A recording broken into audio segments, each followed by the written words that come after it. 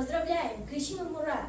Но и тут старики молчаливо, и не громкая слава нужна, а сердечное наше спасибо. Война, она и есть война, и тем, кто опален дыханием лютым, та чаще горькая, что выпито до дна, не слаще даже с праздничным салютом.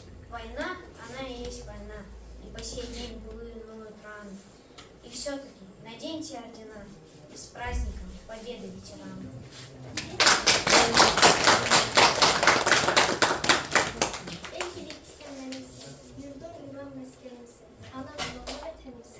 Ayrılar mısın imzada?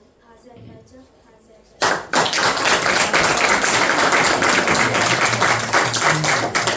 Ben bir uşaq, sən bir ana, odur ki bağlıyam sana. Hansı səndə, hansı yana, ey yursam da yuvam sənsən.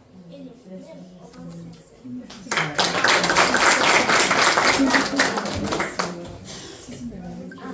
Gönlüm keçir Qarabağdan, gah bu dağdan, gah o dağdan. Akşamüstü qoy uzaqdan, havalansın xanın səsi, Qarabağın şikəstəsi.